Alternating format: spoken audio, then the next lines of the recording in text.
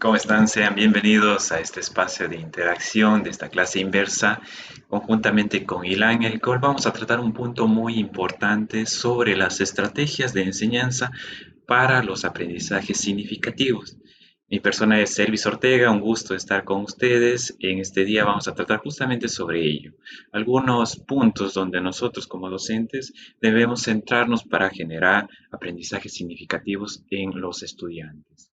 Sin más, vamos a tener también un poco que recabar sobre la historia, sobre cuál es el padre fundador del aprendizaje significativo y también sobre la teoría constructivista y también relacionada con la teoría conductista. ¿Por qué en primera instancia eso?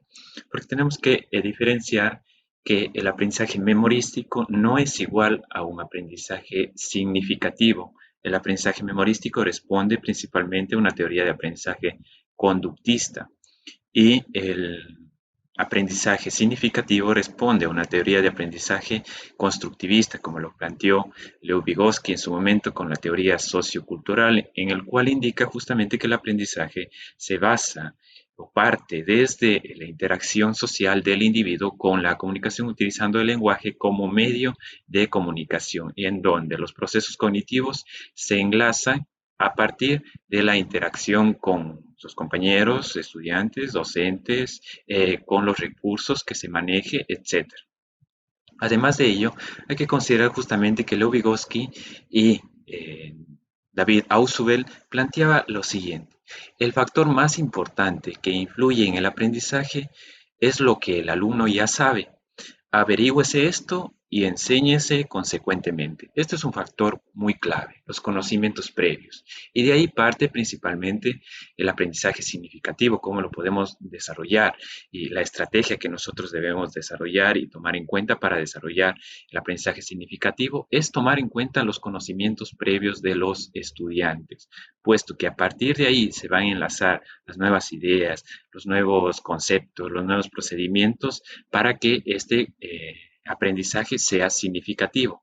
Claro que considerando justamente, un poco vamos a revisar sobre David Ausubel, fue un psicólogo y pedagogo estadounidense de gran importancia para el constructivismo, que conjuntamente con Lev Vygotsky plantearon algunas de las teorías más importantes y que hasta ahora, después del auge de la era digital, lo hemos estado llevando de la mano, conjuntamente con la educación presencial, educación virtual, educación en línea, la educación semipresencial, de la misma manera.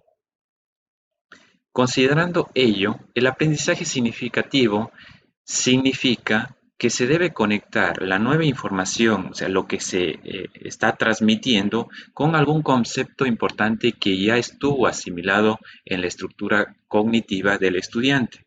Es decir, nosotros debemos hacer un proceso de intercalado de escalera hacia un procedimiento. Justamente, si es que no pasamos al tercer o cuarto peldaño, es porque tenemos problemas en el segundo peldaño. Es un proceso justamente de vínculo con la información o competencias que tenga el estudiante, y es por eso justamente que en los años escolares pues del sistema educativo ecuatoriano se plantea de esa manera. Hay los subniveles, un nivel mental, básica media, superior, bachillerato, etcétera. Entonces, en cada uno de estos niveles se dividen por grados. Estos grados tienen conjuntamente con todo su nivel, pues la flexibilidad, su nivel con las destrezas con criterio de desempeño básicas, deseables y las imprescindibles. Hay que considerar también, claro, que la educación intercultural, pues se manejan por dominios y en la educación inicial se manejan por ámbitos. Es muy importante tener en consideración aquello. Y a partir de ahí, justamente, nosotros vamos a observar cómo se produce un aprendizaje significativo. ¿Qué pasa en el cerebro del estudiante? ¿Qué pasa en el cerebro de una persona, de un ciudadano que quiere aprender? Porque esto, claro, se da también en el proceso inicial en la escuela, se da en el colegio, se da en la universidad y se da también a lo largo de toda la vida, puesto que cada día aprendemos algo nuevo. Principalmente se recoge la información como primer punto. De ahí se seleccionan los puntos importantes donde nosotros conjuntamente, y vamos a ver en los siguientes puntos qué factores influyen para seleccionar esa información, organizarla, nuestro cerebro lo organiza y posteriormente se crea relaciones con el conocimiento previo, con lo que nosotros ya sabíamos. Esto, como les mencionaba, se lo da en todo el desarrollo humano, desde la niñez, pasando por la adolescencia, la adultez y la vejez. Todo este proceso se desarrolla de manera continua, permanente. Es por eso que justamente que en cada uno de estos procesos, de cada uno de esos procesos cognitivos, es donde influyen algunos factores principales, en donde las categorías de aprendizaje son fundamentales, en donde se tiene la incidencia de una categoría de aprendizaje intrapersonal, la situacional, la cognoscitiva y la afectivo-social. Esto, el mundo que enmarca a un estudiante, un alumno, un estudiante de la escuela, pues tiene sus conocimientos previos sobre algún tema, ya sea que lo ha aprendido en la escuela mismo, en el hogar, con sus amigos, etcétera. Tiene sus motivaciones personales que le gustaría aprender sobre dibujo, sobre arte, sobre arquitectura, sobre medicina, etcétera. O quiere hacer algún video, a crear algún contenido, alguna realización de algún proyecto, documento, investigación, etcétera. Entonces, esas son las motivaciones personales del estudiante. Las necesidades de éxito, si quiere lograrlo, quiere llegar a un nivel de satisfacción al lograr ese objetivo. La capacidad intelectual, ¿cuál es la capacidad intelectual de él? Esto por la categoría intrapersonal. Por la categoría situacional es donde se plantea todo el contexto del estudiante, el orden del material, si se le presenta justamente un material estructurado, y esto es muy importante cómo lo estructuran algunas plataformas que ahora podemos nosotros observar en las redes e incluso los libros. Claro que los libros se lo divide tema general por cada subtema, abarcando, por ejemplo, la historia del Ecuador, con los presidentes del Ecuador, considerando la época de Juan José Flores, de Eloy Alfaro, de Rafael Correa, etcétera. Entonces lo estructura de una manera consecuente que vaya un paso continuo y justamente vaya relacionado cada proceso con lo que se indica anteriormente. Y es muy llamativo también en algunas plataformas, como lo plantea.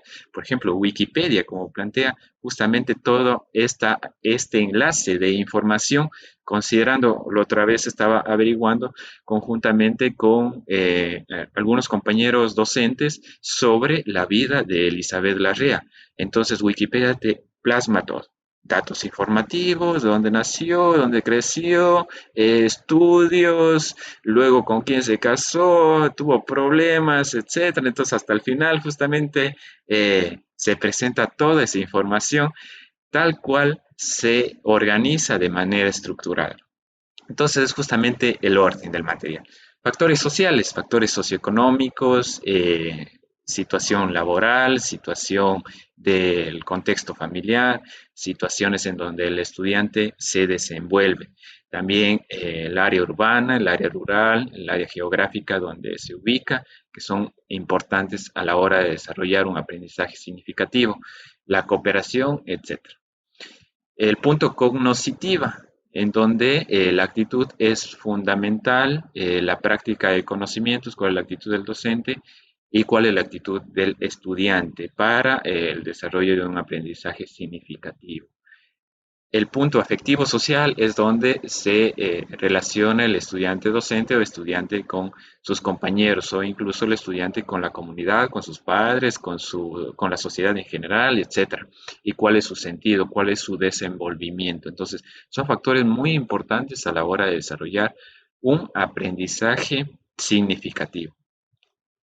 A partir de ahí, nosotros podemos identificar algunas estrategias que nos van a servir para identificar cómo generar un aprendizaje significativo desde temprana edad hasta una edad adulta. También cómo generar ese aprendizaje significativo en una educación presencial, en educación a distancia, en línea, educación virtual, como lo está realizando ahora por motivo de la situación que estamos viviendo, esta situación de emergencia, en el contexto de que se maneja la educación ahora, pues necesitamos desarrollar aprendizajes significativos en los estudiantes. Ahora el ciclo cierra, pues el ciclo de régimen cierra, está por terminar su año en curso y están planteando los proyectos escolares, en donde sus proyectos escolares tienen justamente un alto grado de proyecto práctico en donde se integre casi todo lo que ha aprendido pues en estos meses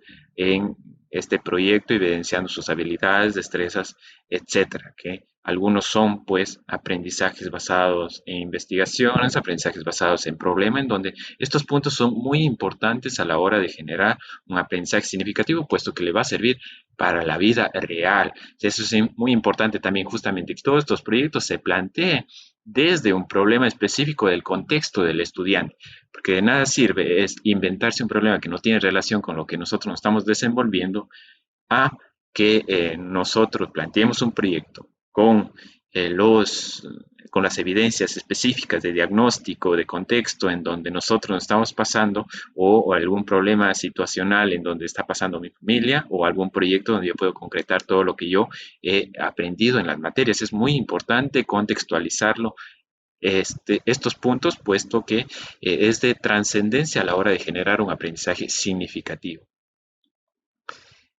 A partir de ahí, algunas estrategias, algunos puntos importantes de generar un aprendizaje significativo, pues es priorizar la calidad y más no la cantidad. Esto generalmente viéndolo desde el punto de vista del conocimiento, que es muy amplio, no tiene horizontes. Si es que los tiene, llegamos ahí, se nos abre más. Entonces, es un punto a tener en cuenta, puesto que las destrezas que nosotros intentemos desarrollar en este mundo tan amplio en conocimiento, no lo podemos saber todo, pero lo que sí podemos es lograr que el estudiante adquiera las destrezas, competencias para aprender tal situación o aprender sobre tal problema para solucionarlo y que tenga esa actitud de predisposición hacia el aprendizaje en todo momento.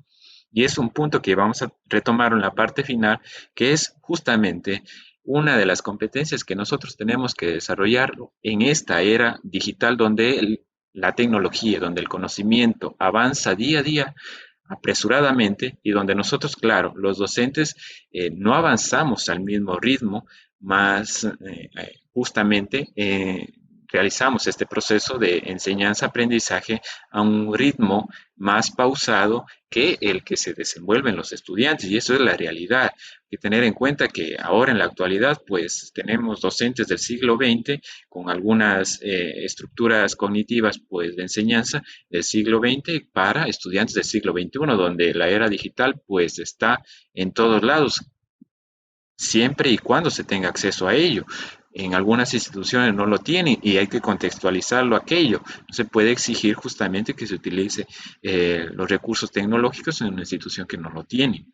Y también hay que considerar justamente que desde un celular, así sea un celular que tenga solo para llamadas, pues es un recurso, es una herramienta tecnológica, una calculadora es una herramienta tecnológica.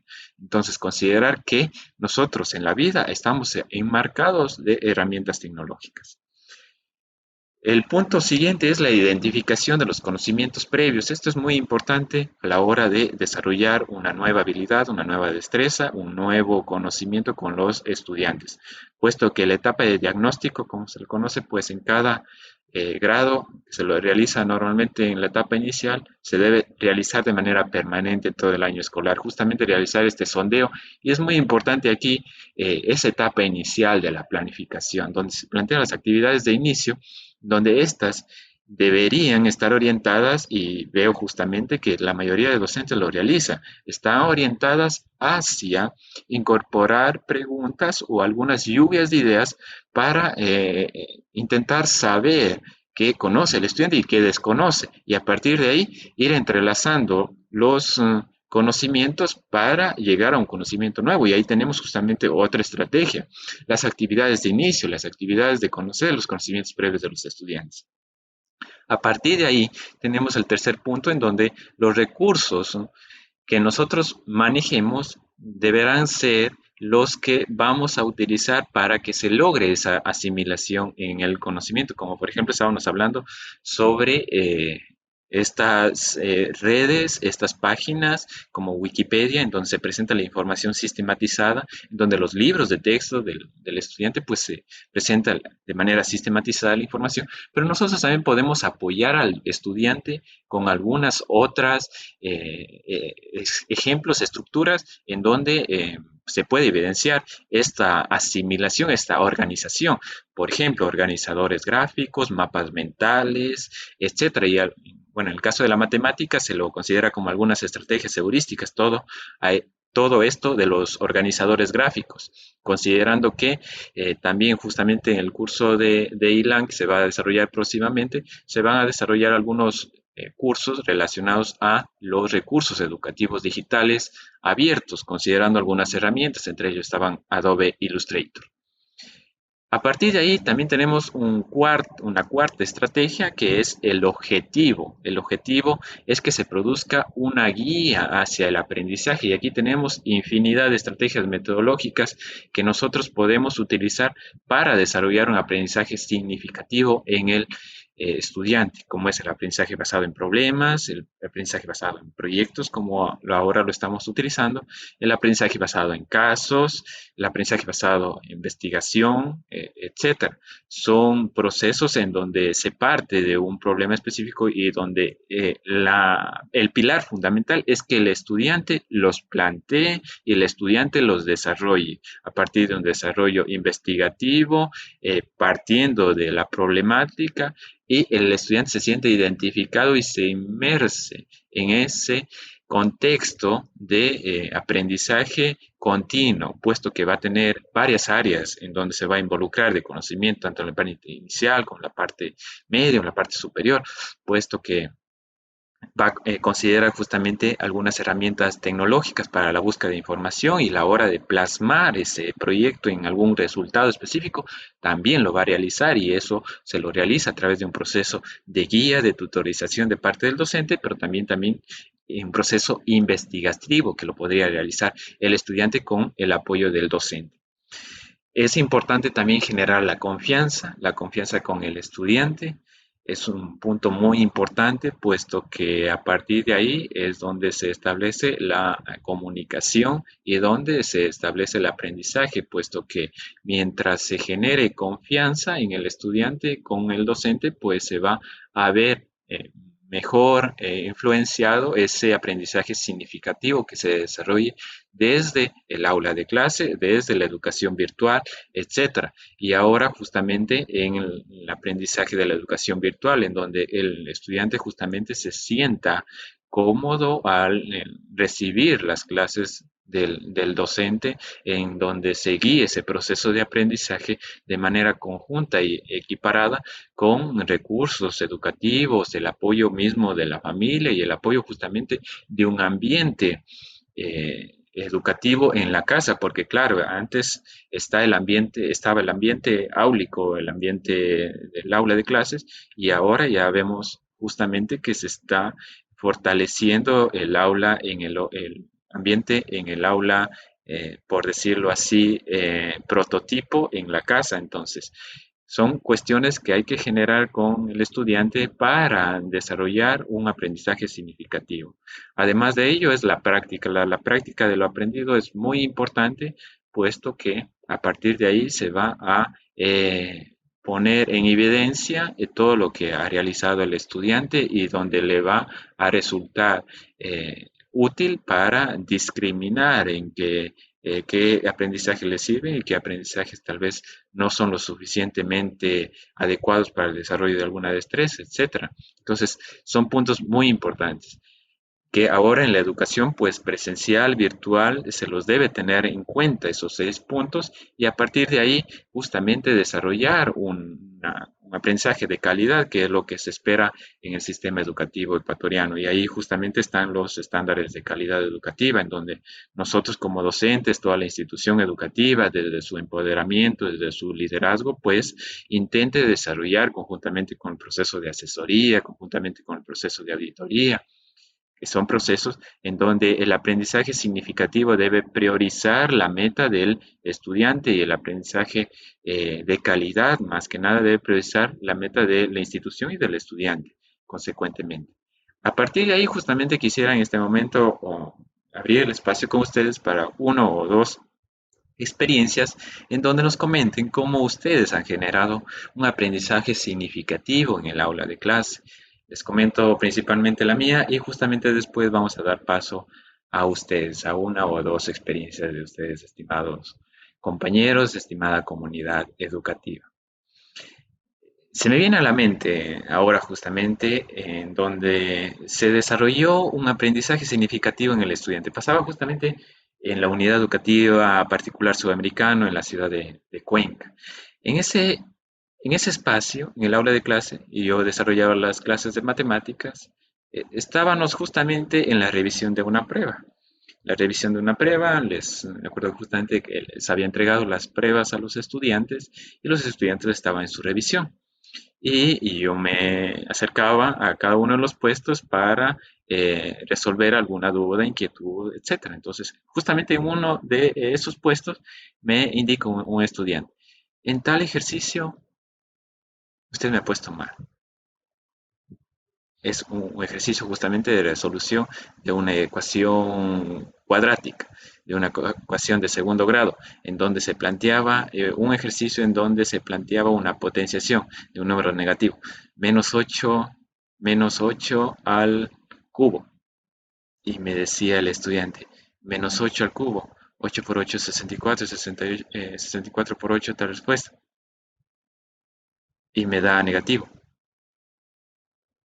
Y justamente sabía el error que un número negativo a una potencia impar al cubo me va a dar un número negativo, porque menos por menos es más por menos es menos. Y el estudiante rápidamente se percató de ello, porque él sabía que la ley de los signos respondía, claro, a menos por menos es más. Entonces, si es que multiplico tres veces menos, tres veces números negativos, la respuesta va a ser negativa. Entonces, ahí se conectó el aprendizaje previo del estudiante al utilizar el producto de signos, la ley de los signos, menos por menos es más, y pudo deducir que, en este caso, la multiplicación de tres números negativos era o daba como resultado un resultado negativo. Entonces, he ahí un aprendizaje que se conectó con su experiencia previa. Entonces, ahí podemos llamarlo aprendizaje significativo. Justamente ahora les voy a dar paso a ustedes y luego vamos a pasar conjuntamente hacia los nuevos retos de la educación virtual para generar un aprendizaje significativo en los estudiantes. Principalmente el aprendizaje significativo ahora en la era digital, después del auge de la era digital, porque claro, la era digital se da desde el año 2000 hasta ahora y lo seguirá dando según cómo se están desarrollando las cosas. Entonces, nosotros ya estamos pasando, por decirlo así, el auge de la era digital. Porque claro, en un inicio pues fue desde el año 2000, ahora va avanzando, los recursos tecnológicos, las herramientas tecnológicas van creciendo, pero el auge, la presencia de la era digital ya está pasando. O sea, no es que esté pasando o esté cambiando hacia una época nueva, sino que toda esa presencia inicial ya se vuelve la nueva normalidad del contexto ciudadano, del contexto de la sociedad. En algunos sectores más, en algunos sectores menos, en algunos sectores menos, eso sí. En algunos sectores nada, casi nada.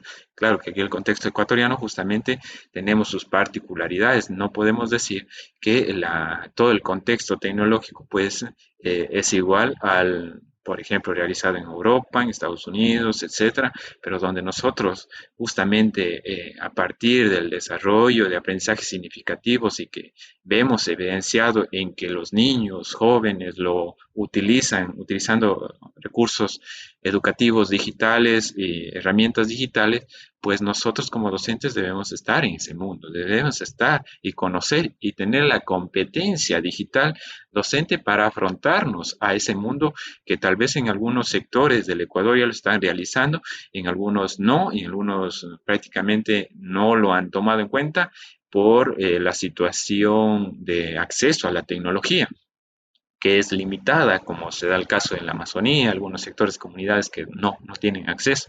Eso sí, no tienen acceso, pero se ha dado ese proceso de enseñanza-aprendizaje a través de los medios que tienen.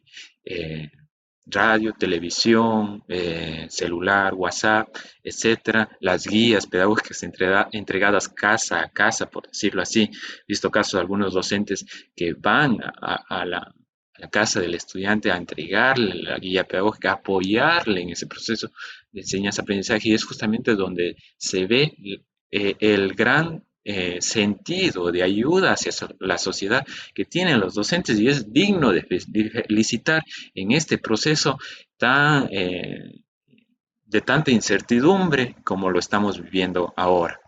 Entonces, a partir de ahí, nosotros, conjuntamente con el aprendizaje significativo ahora en esta era digital, debemos fortalecer en los estudiantes, puesto que en los últimos años, cada proceso, cada mecanismo, si bien está apoyada por la tecnología, ha ido avanzando y en algunos casos, claro, se ha ido automatizando, como algunos procesos de manejo de documentos, se lo ha venido automatizando mediante la tecnología, etcétera. Entonces, algunas cuestiones como manejo de la información, por ejemplo, estructuración de casos, de problemas, se lo han ido abarcando a partir de la tecnología donde favorece el proceso. Entonces, ese proceso lo estamos viviendo ahora y en el futuro lo de seguro lo va a seguir, se va a seguir realizando, va a seguir sucediendo.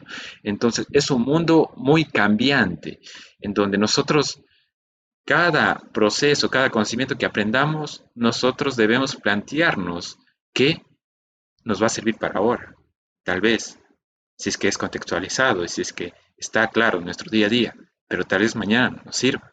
Entonces, debemos desarrollar en los estudiantes y nosotros también es la competencia de aprender a aprender. Justamente en este punto es muy importante, puesto que tal vez algún docente, no, yo no sirvo para programación, yo no sirvo para eso. No, no. Para mí es la matemática, y yo estoy en lengua, y yo estoy aquí con mi cuadernito, no, la computadora por al lado, no. Nunca debemos parar de aprender, porque el mundo es cambiante y las necesidades de la sociedad van a ser diferentes. No van a ser las mismas necesidades ahora. Ahora justamente estamos tal vez en un proceso de intermedio hacia que sean necesarias las competencias digitales del docente, aunque en algunos casos, en algunos sectores ya lo son, que el docente tenga estas competencias digitales y no se sorprenda que en algún momento se plantee desde las políticas educativas que se evalúe y se diagnostique las competencias digitales de los docentes.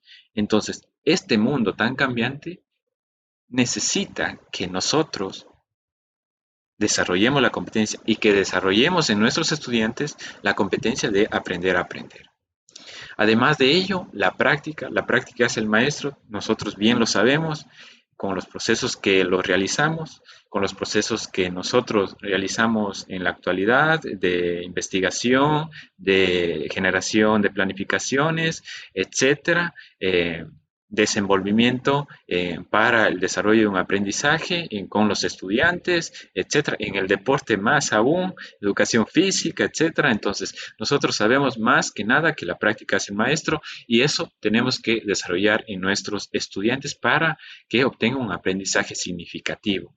Además de ello, la constancia es muy importante, no dejarlo las cosas a un lado porque tal vez incluso resulta mediocre. O sea, nos dedicamos, por ejemplo, a hacer algo, tenemos que tener la constancia para llegar y avanzar en ese proceso de aprendizaje que va a ser beneficiado para nosotros y también obviamente para nuestros estudiantes, donde ellos conjuntamente a través del ejemplo, y es donde se genera ahora una gran controversia al ver todas las noticias y todo lo que está pasando a nivel nacional, de corrupción, etcétera. Entonces, a partir de ahí, la sociedad está tomando ejemplo, tal vez, de lo que se ha venido dando desde antes.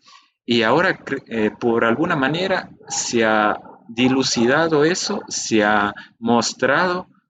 Entonces, tal vez la sociedad se vaya incorporando a ese ejemplo que lo plantea.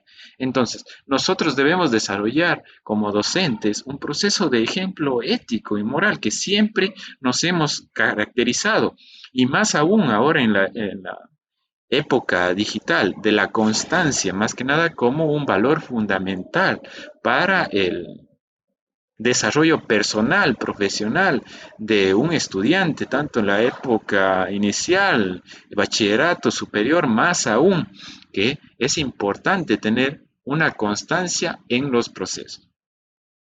Justamente en este punto me gustaría con ustedes entablar una conversación sobre cuál es su visión de la educación en el futuro, hablando específicamente de la resiliencia pedagógica, considerando que la pedagogía se está adaptando, este proceso de resiliencia adapta a los procesos, conocimientos y todas las actitudes de los seres humanos hacia un mundo nuevo. Nosotros, en este caso, pues, nuestra capacidad de resiliencia tiene que estar ejercida para ese nuevo cambio, y a partir de ahí nosotros podemos afrontar nuevas situaciones, nuevos sucesos, nuevas problemáticas que se presenten en la educación digital, en la educación presencial, porque claro, el Ministerio de Educación plantea que, claro, en algún momento se vuelva a las aulas para la educación presencial, pero no se va a dejar de lado la educación virtual, es decir, va a ir encaminada la educación presencial con la educación virtual, con la educación en línea. Entonces, más aún, nosotros como docentes en este proceso filosófico de pensamiento podemos identificar un escenario en donde podría estar la educación de aquí a 10 años, en el contexto ecuatoriano, en el contexto mundial, a través de todo lo que nosotros analizamos, porque nosotros, claro, como pedagogos,